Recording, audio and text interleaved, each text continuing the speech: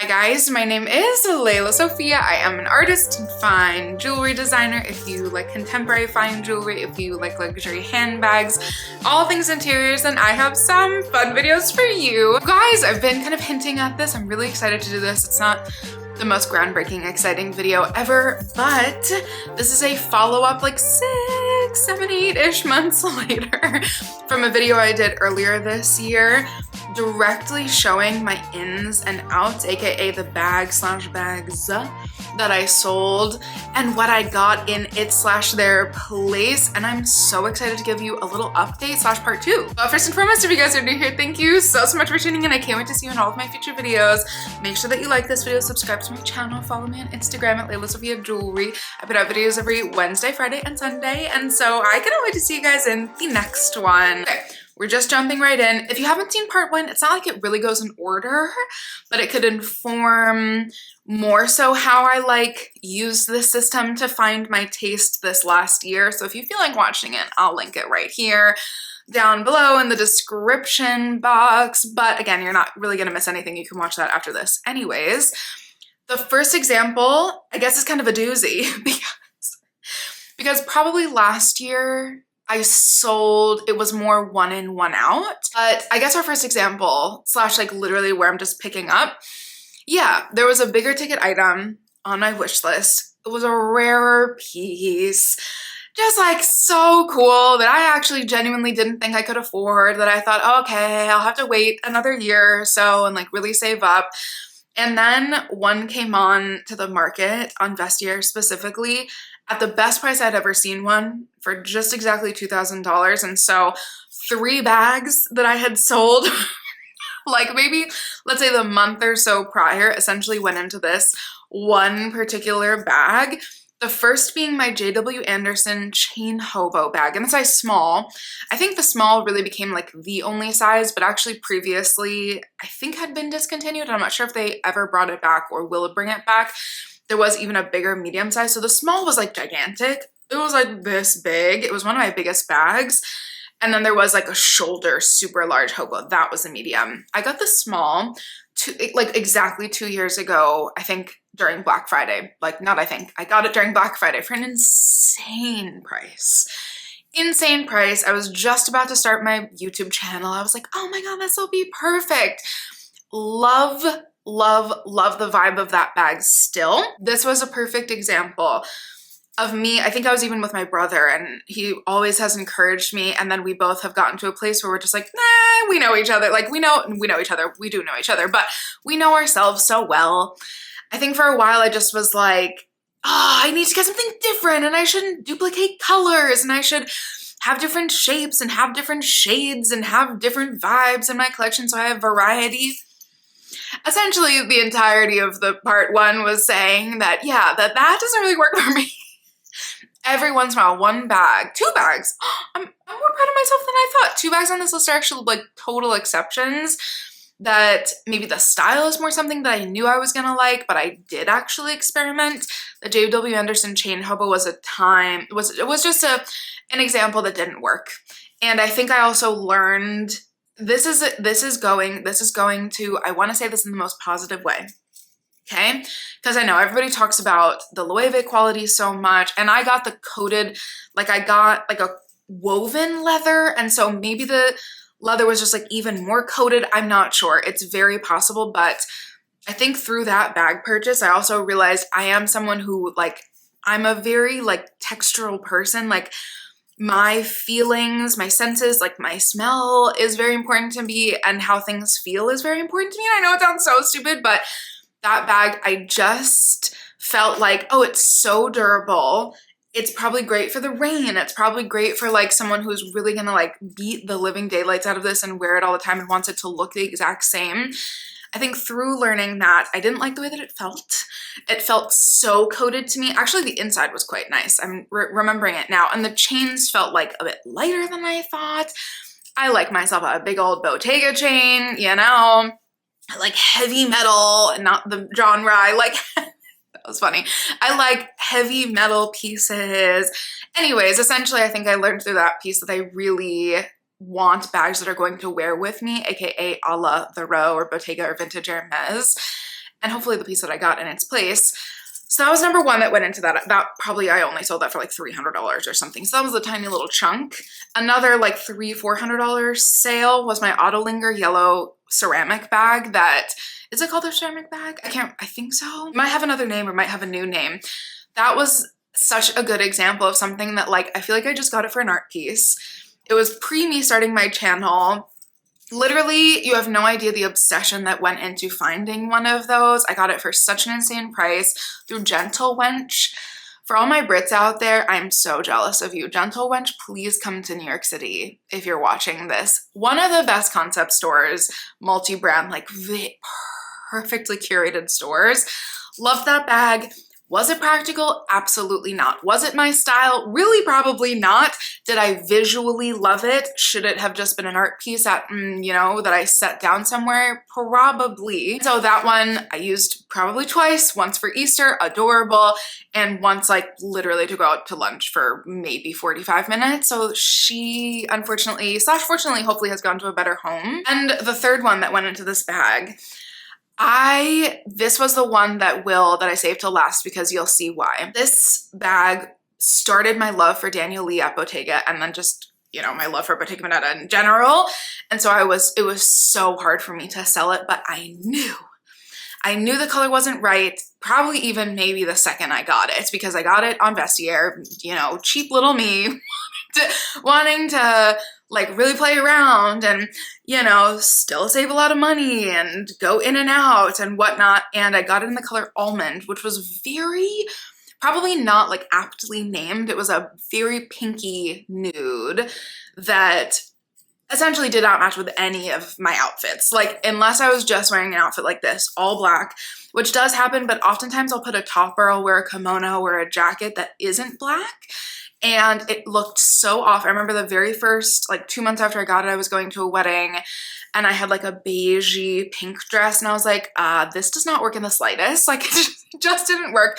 It would have had to be a little bit more brown. And so 2.5, 3 years later, I ended up selling it and it was so sad. But the bag that I got to replace it, which I couldn't be more happy with my decision, was none other than the Phoebe Philo era Celine purse clutch in the color light camel. And like all of those bags, you're like, oh, but that was such a good one. If you know me, you know, okay, never mind. This is the bag for me. Like this is so my vibe. I put this in my best of 2024 collection video because I was like, this is one of my favorite bags I've ever purchased. If anything, I'm like, it's gonna get even yummier, and obviously it's very worn. You can see it already has like, it's a little bit misshapen, but in the best way. The leather is so good. Like nobody told me prior to me getting my eyelid, I'm pointing over there because my cabinet's over there. Prior to me getting, oh no, I switched it. I totally forgot. Prior to me getting my eyelet bag right down there, the white one, nobody told me. Like again, I was in college. I was just outside of college. I was not about to be affording Phoebe Philo for Celine at the time that these were dropping. No, ma'am. But nobody told me to just save my little coins for the future because the pouch bags that she released for Celine, oh my God, they're buttery, they're squishy, they're quite literally perfect. As Jamie said, I just love you, Jamie. Yeah, I still might need brown one with a handle to complete the trifecta. I'm just a pouch bag girly for life, and I'm a supple leather girly for life. And this is the perfect example. I guess this is a really interesting thing because all three of those things had something that, yes, there could be exceptions to the rules like color, but it's a yummier leather that I really enjoy holding and feeling. And yet it's still pretty durable. This isn't like uncoated like the Row. It's still definitely coated leather, but it's smushy. You can feel the quality. And almost more importantly, and also just if we're comparing the Autolinger, obviously this is a bag that I will wear 1,000 times more, but the color is me to a T. I love a neutral or a cool tone. And that's pretty much how I go. And I like something that's a bit more off the beaten path. And so, long story very long, as I always say, this bag, I'm so happy that 3 of my beloveds went into her, and now I will be happy for the rest of my life with this girl. These 2 I'm so happy with my choices to let go of, sadly, because the first one was my Bottega Veneta by Daniel Lee twist bag. If you know me, you know that I actually loved that bag. I got it 2 years ago, almost exactly. And I wore the bejesus out of it. Like I wore it so often. I was like, oh my God, she's an innovative girly. This is new. This is cool. This is different. But there was one catch because yes, as I'm like talking myself out of it, I also, you know, I really loved it. That is one, maybe the one on this list that I like could totally not have sold and probably worn, but I just found myself not wearing it the second I got the bag that I really wanted. Not that I got the twist bag in its place, but I was obsessed with the bandana bag by Matthew Blazy. And I was like, oh my God, it's like $4,000 or $3,000. I can't remember how much it was. And I was like, okay, I'll have to find it and save it. And nobody had the exact color combo that I wanted. I wanted the smooth leather in the dark green with the metal handle. If you don't know me, hello, good morning. I am very particular. But I couldn't find it and whatnot, and so I found the twist bag for like an insane, I think I found that bag for literally $400. Like, I don't know how I found it at like some crazy sale on top of a sale at Rebag in January, maybe February, I can't quite remember. So during like peak sale season after the holidays, loved it, wore it, but in the back of my mind, I was like, but I still want the new bandana bag. I still want that shape. It's still not exactly what I'm looking for. Yes, does it hold a bunch more? Yes, but ultimately, I'm happy that I sold it and let go of it. The second bag that I sold for this one, I think was one of my early / the second bag I ever got from the row. So it was a couple of like 3 something years ago, over 3 years ago, something like that. It was the half lizard, half ostrich twin two bag from like the very early days of the row making bags, maybe even their first or second bag collection. Loved that bag. It was so small, so tiny, so cute. I was wearing it to the gym. Like, I'm a ridiculous human being, you know, because you just want to like bring your literal phone, wallet, keys, and headphones to the gym, you know what I mean?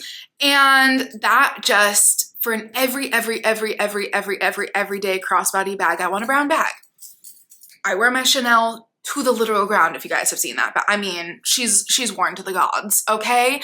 I wear that bag all the time. For an everyday bag, yellow should not have been the choice, but I utilized, this was a great one because I think part 3 will have like, the majority of examples will be through this service, through the brand new at the time, My Teresa, right? Not Louis, because Louis Roma does this too, but I used My Teresa X Vestiaire Collective to sell off both those bags, get instant payouts via credit, so not like actual cash. And I got my butter yellow 90s bag from the row. And this, like, I just could not be happier to have replaced those two with this. Sorry, I'm holding one of the little yellow flowers hostage. I mean, again, such a good example of, okay, I clearly have some weird affinity for the color yellow. Tried with my Autolinger ceramic. Tried with my The Row Twin 2. This, she's not an everyday bag. I knew that when it came into play. I knew that when I was getting it, like, this isn't going to be my crossbody errands bag. This is going to be the most fun spring, summer. Maybe, I almost was even thinking of wearing this today because it could be a cute little like pop of color in an outfit. I knew that this was just going to be my novelty piece while going for a brand quality that I knew was there in a shape that I knew like would just be so darn easy for me. And so long story short, I'm thrilled that those two bags have, God willing, made their way onto better homes than mine was, of them not being worn at all. And I wore this pup, like, you have no idea. Her name is Penny, by the way, if you're new. I wore Penny like at least once, maybe 3 times a week, every single week during the summer. When I got her in July, I forget, was it July or August? She was my most worn bag over the entire summer. It's so fun. It just brightened my day. Quite literally, she's a little stick of butter that just made me so darn happy. This is an example of purely just the color was not right. Which I really do love this bag. I'm not gonna lie. I have the 2 Bottega bags that I sold. This is terrible. The 3 Bottega bags that I've sold, I could still use. I could totally rebuy them one day. Maybe if they're like insane sale one day. All by Daniel Lee, so you know that was my love. And I just last year was so aggressive. If I haven't worn this bag in like 6 months, we're selling it. This was my mini pouch bag, okay? The color was called Tapioca. It was such a good color, but again, for someone who wears all neutrals, the neutrals need to match each other. And I'm also realizing it was kind of a yellow. It just was such a good color, like as is, like on my shelf. In fact, I'm looking at one of my paintings and I'm like, it's kind of the same color. Like I clearly loved that color. Up against me. Again, I don't normally, I'm actually kind of thinking I might start dabbling, but like I don't normally wear black on black on black on black on black on black on black. Usually my shoes are a different color and usually my outer layer is a different color. And so brown just like mixes with pretty much every neutral, and like a weird muddled yellow. I tried, guys. And so I just found myself not wearing that bag. Also a phone, like, yes, fits in it, but like barely, and you have to MacGyver it. And the way I work, I'm just like, oh no, I need my phone. Easy access for me. So anyways, I sold that bag. And I'm actually, you know, I said this from the beginning, and I don't know why it still has, like, it's not like I needed to be convinced, but this was like probably the slowest burn of all my bags, but it's like now crept up and past some of maybe my newest bags even. My little small bindle bag has become like one of my favorite bags. It is so easy to wear. I wore it all, yeah, to the normal, not a normal holiday market last weekend, wore it the entire day. One of the easiest bags I've ever owned in my entire life. This is an example, like, yes, it's a neutral. However, this can match with dark brown. It can match with white. It can match with camel. Like, it's a caramel. It's a little bit more universal while still being a bit outside. It's not, you know, one of my chocolate brown bags being a bit outside of my comfort zone. I know it sounds really stupid. I need to just have an entire color theory class, I guess, but I had no idea how much I was gonna love this bag, really, is what I'm meaning to say. It's just so easy. I've literally worn this just like popping around. And again, I get it. I sound like an idiot, but something is genius about the way that they made it, because you think to yourself, oh my God, it's an open bag. What if all my stuff falls out? The second something's in it, it almost like closes, it kind of closes itself. So really your hand or your arm is blocking the opening, if that makes sense. So it like really makes it quite secure, even though there's absolutely no hardware or anything. And I fit so much in here for being such a tiny bag. Okay, apparently I'm like singing her praises. I just love this so much. Very, very, very good swap, even though I might miss all three of my Bottega bags, sadly. And the last one, probably the funniest. Maybe they're all just like so ridiculous and me, but because it's none of these things are like my first list where it was like, why the heck did you even buy that bag? Like, I guess the first example, you can see how I crept into just being like more and more, I don't know, like finding the small little details as to why I should sell something, and as opposed to it being like very obvious that that bag wasn't in my style. But you know what? Kudos, we're getting there. There's nothing that's been like painfully obvious as like a horrible choice in this video, unless you disagree way down below.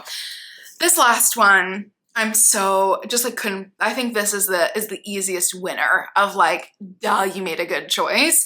My small, possibly mini, not sure exactly, either the smallest or second smallest size of the Row Double Circle bag, which we know is my favorite bag in my entire collection, in the longer, gigantic size, which is low-key kind of close to a Hack 40, which is even more evidence as to why I need one. Anyways, kind of my favorite bag, travel, vibes, everything. She's perfect. Loved it so much.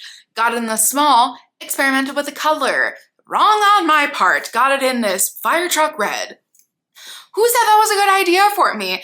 I just feel like it is fundamentally important as an avid collector of bags by the row. I think I'm on my 11th bag. Is that what I've been saying? Lately, I need to count again. I think I'm on number 11 as of the round 90s bag. Yeah, don't really know what I was thinking with that. It was an insane deal. I got it for like literally $330, I think. This is how you know it's meant to be, because this bag that I'm holding in my hands, I had been umming and awing about for literally, quite literally, not an exaggeration, the last 8 years. Have wanted one forever. Not a joke. And I just didn't know what color, and for some reason I wasn't going for the colors that were obvious, like the gold or the little greenish olivey color.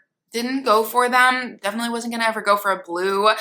And then this one popped up, and this is how you know that was so meant to be, because the day of, or the day before or the day after, one of those, my double circle bag sold, and I said, done. I'm getting the Row Ascot bag finally in a red color, because again, I just am some weird collector and I'm like, the Row's color is red, okay? Everybody thinks, yes, of course, the drapey, you know, layers of black and beige and tan and nude and white. Red is the statement color. It is Mary Kate red, okay?